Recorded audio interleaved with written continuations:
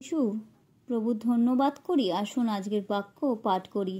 আদিপুস্তক তার 18 অধ্যায়। পাঠের আরম্ভ এইরূপ। অব্রাহামের কাছে ঈশ্বরের প্রতিজ্ঞা, সদমের জন্য অব্রাহামের প্রার্থনা। পরে সদাপ্রভু মমির এলোন বনের নিকটে তাহাকে দর্শন দিলেন। তিনি দিনের উত্তাপ সময়ে তাম্বুদ্বারে বসিয়াছিলেন, আর চক্ষু তুলিয়া দৃষ্টি করিলেন, আর দেখো 3টি পুরুষ সম্মুখে দণ্ডায়মান।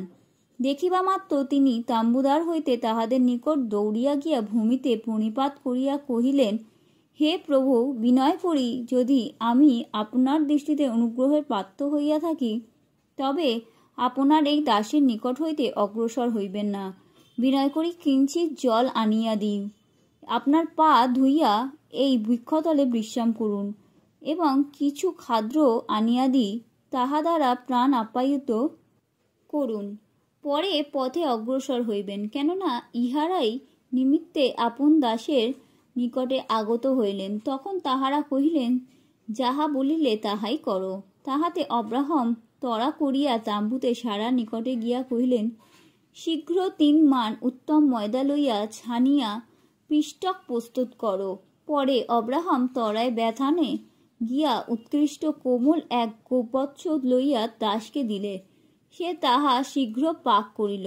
তখন তিনি দধি, দুগ্ধ ও পক্ক মাংস লইয়া তাহাদের সম্মুখে দিলেন, এবং তাহাদের নিকটে বক্ষতলে দাঁড়াইলেন, ও তাহারা ভোজন করিলেন। আর তাহারা তাহাকে জিজ্ঞাসা করিলেন, তোমার স্ত্রী সারা কোথায়? তিনি কহিলেন, দেখুন, তিনি তাম্বুতে আছেন। তাহাতে তাহাদের এক ব্যক্তি কহিলেন, এই ঋতু পুনরায় উপস্থিত হইলে আমি অবশ্য তোমার কাছে ফিরিয়া আসিব, আর দেখো, তোমার স্ত্রী সারার এক পুত্র হইবে। এই কথা সারা তাম্বুদ্বারে তাহার পশ্চাৎ থাকিয়া শুনিলেন। সেই সময় অব্রাহাম ও সারা বৃদ্ধ ও গত বয়স্ক ছিলেন। সারা স্ত্রী ধর্ম নিবৃত্ত হইয়াছিল। অতএব সারা মনে মনে হাসিয়া কহিলেন, আমার এই শীর্ণ দশার পরে কি এমন আনন্দ হইবে? আমার প্রভু তো বৃদ্ধ। তখন সদাপ্রভু অব্রাহামকে কহিলেন, সারা কেন এই বলিয়া হাসিল যে আমি কি সত্যি প্রসব করিব? আমি যে বুড়ি। কোনো কর্ম কি সদাপ্রভুর অসাধ্য? নিরূপিত সময় এই ঋতু আবার উপস্থিত হইলে আমি তোমার কাছে ফিরিয়া আসিব, আর সারার পুত্র হইবে।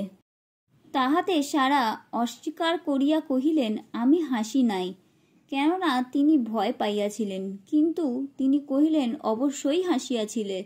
পরে সেই ব্যক্তিরা তথা হইতে উঠিয়া সদমের দিকে দৃষ্টি করিলেন, আর অব্রাহাম তাহাদিগকে বিদায় দিতে তাহাদের সঙ্গে সঙ্গে চলিলেন। তাহাতে সদাপ্রভু কহিলেন, আমি যাহা করিব তাহা কি অব্রাহাম হইতে লুকাইব?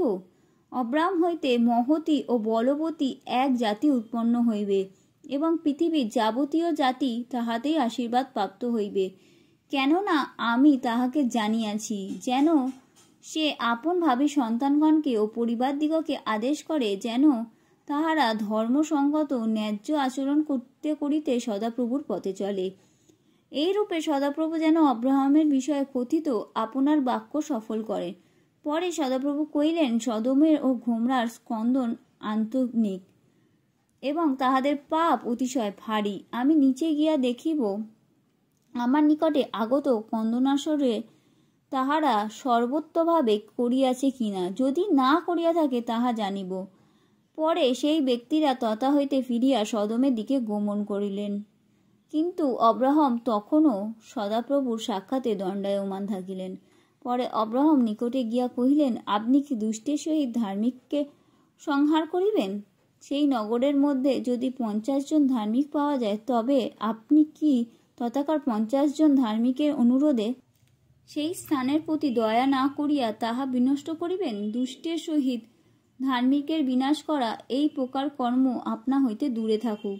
ধার্মিককে দুষ্টের সমান করা আপনা হইতে দূরে থাকুক। সমস্ত পৃথিবীর বিচারকর্তা কি ন্যায় বিচার করিবেন না?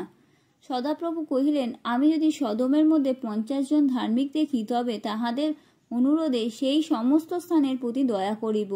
অব্রাহাম উত্তর করিয়া কহিলেন, দেখুন, ধূলি ও ভস্মমাত্র যে আমি প্রভুর সঙ্গে কথা কইতে সাহসী হইয়াছি। কি জানি 50 জন ধার্মিকের 5 জন ন্যূন হইবে। সেই 5 জনের অভাব প্রযুক্ত আপনি কি সমস্ত নগর বিনষ্ট করিবেন? তিনি কহিলেন, সেই স্থানে ৪৫ জন পাইলে আমি তাহা বিনষ্ট করিব না। তিনি তাহাকে আবারও বলিলেন, সে স্থানে যদি ৪০ জন পাওয়া যায়? তিনি কহিলেন, সেই ৪০ জনের অনুরোধে তাহা করিব না। আবার তিনি কহিলেন, প্রভু বিরক্ত হইবেন না, আমি আরও কহি, যদি সেখানে ৩০ জন পাওয়া যায়? তিনি কহিলেন, সেখানে ৩০ জন পাইলে তাহা করিব না। তিনি কহিলেন, দেখুন, প্রভুর কাছে আমি সাহসী হইয়া পুনর্বার বলি, যদি সেখানে ২০ জন পাওয়া যায়। তিনি কহিলেন, সেই ২০ জনের অনুরোধে তাহা বিনষ্ট করিব না। তিনি কহিলেন, প্রভু ক্ষুব্ধ হইবেন না, আমি কেবল আর একবারই বলি, যদি সেখানে ১০ জন পাওয়া যায়। তিনি কহিলেন, সেই ১০ জনের অনুরোধে তাহা বিনষ্ট করিব না। তখন সদাপ্রভু অব্রাহামের সহিত কথোপকথন সমাপন করিয়া প্রস্থান করিলেন এবং অব্রাহাম স্বস্থানে ফিরিয়া আসিলেন। আমেন।